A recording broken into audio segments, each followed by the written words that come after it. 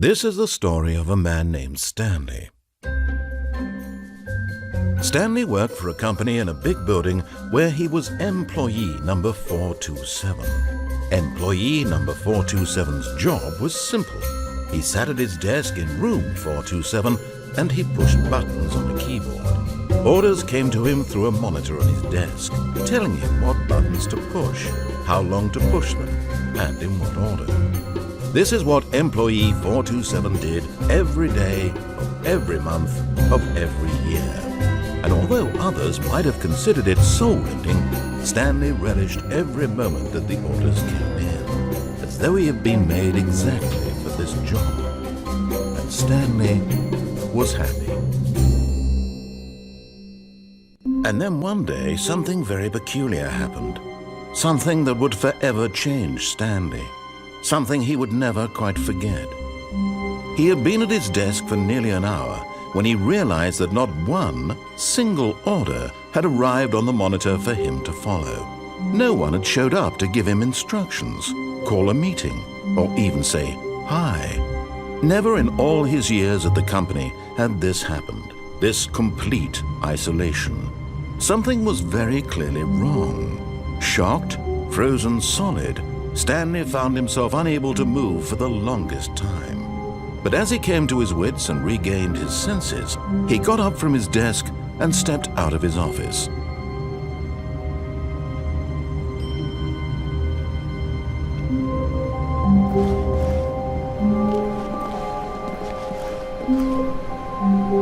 All of his co-workers were gone. What could it mean? Stanley decided to go to the meeting room. Perhaps he had simply missed a memo. No matter how hard Stanley looked, he couldn't find a trace of his co-workers.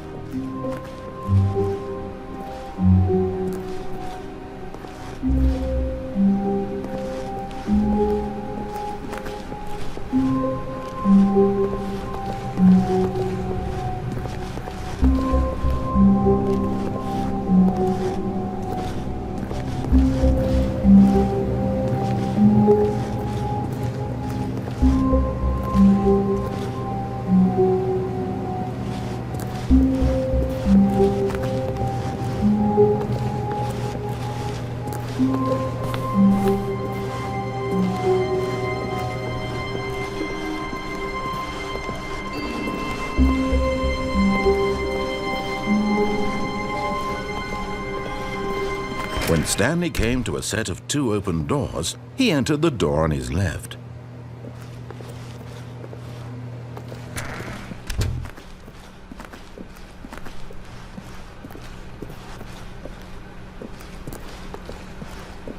Yet there was not a single person here either. Feeling a wave of disbelief, Stanley decided to go up to his boss's office, hoping he might find an answer there.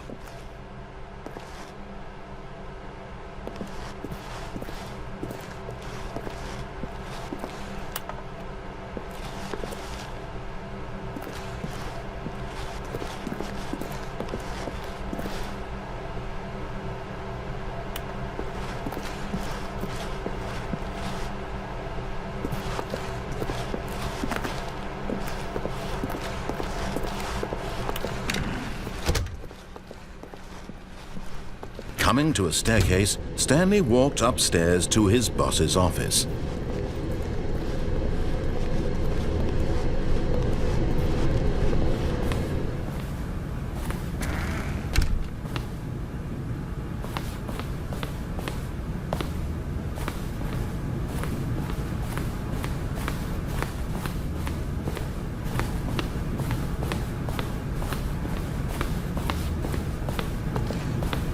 Stepping into his manager's office, Stanley was once again stunned to discover not an indication of any human life. Shocked, unraveled, Stanley wondered in disbelief who orchestrated this. What dark secret was being held from him? What he could not have known was that the keypad behind the boss's desk guarded the terrible truth that his boss had been keeping from him. And so the boss had assigned it an extra secret PIN number, 2845. But of course, Stanley couldn't possibly have known this.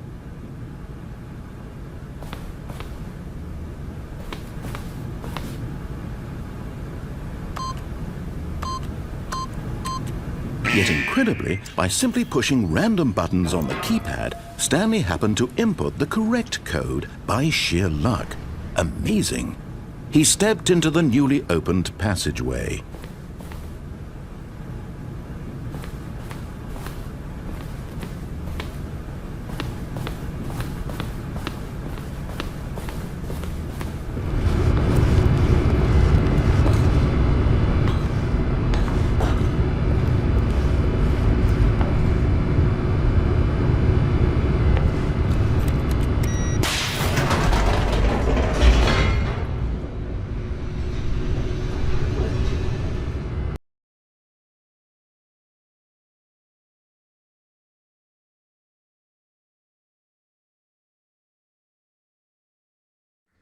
Descending deeper into the building, Stanley realized he felt a bit peculiar. It was a stirring of emotion in his chest, as though he felt more free to think for himself, to question the nature of his job.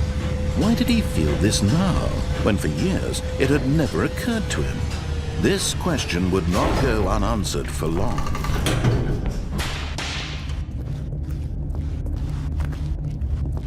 Stanley walked straight ahead through the large door that read Mind Control Facility.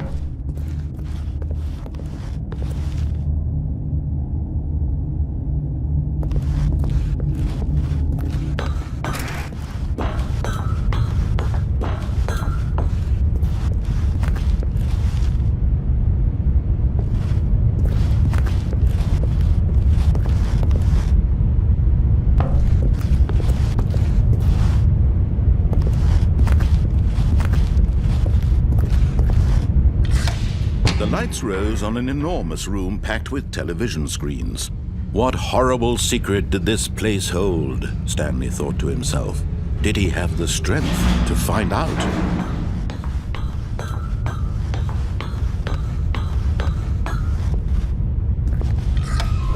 Now the monitors jumped to life, their true nature revealed. Each bore the number of an employee in the building, Stanley's co-workers. The lives of so many individuals reduced to images on a screen, and Stanley, one of them, eternally monitored in this place where freedom meant nothing.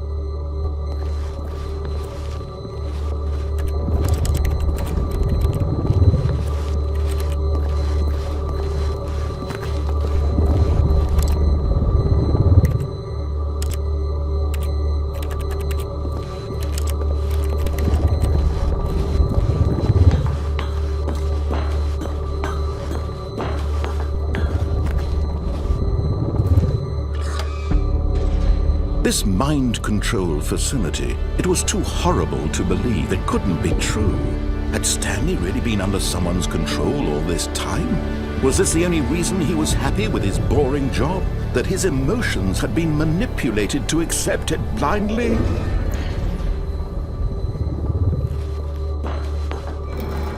No, he refused to believe it. He couldn't accept it. His own life in someone else's control? Never! It was unthinkable. Wasn't it? Was it even possible? Had he truly spent his entire life utterly blind to the world? But here was the proof, the heart of the operation. Controls labeled with emotions, happy or sad or content, walking, eating, working, all of it monitored and commanded from this very place. And as the cold reality of his past began to sink in, Stanley decided that this machinery would never again exert its terrible power over another human life. For he would dismantle the controls once and for all.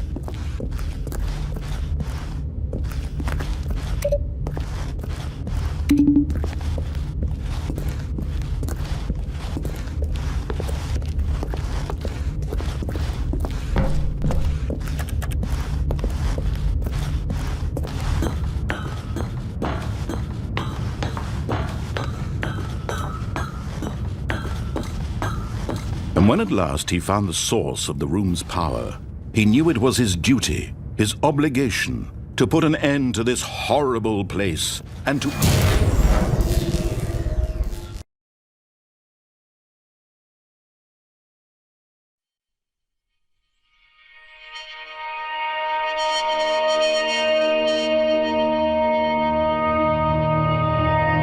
blackness and a rising chill of uncertainty. Was it over?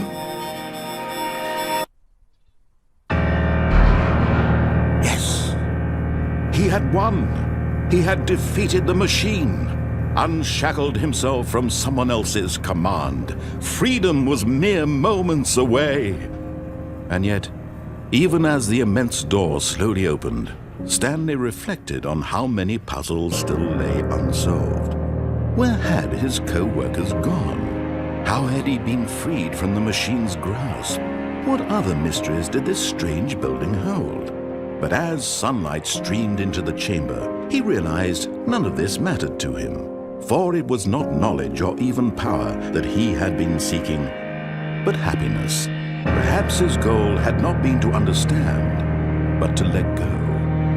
No longer would anyone tell him where to go, what to do, or how to feel. Whatever life he lives, it will be his. And that was all he needed to know. It was perhaps the only thing worth knowing. Stanley stepped through the open door.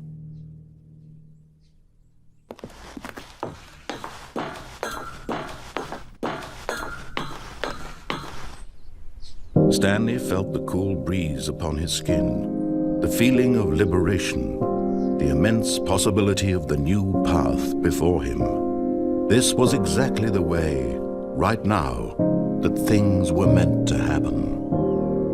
And Stanley was happy.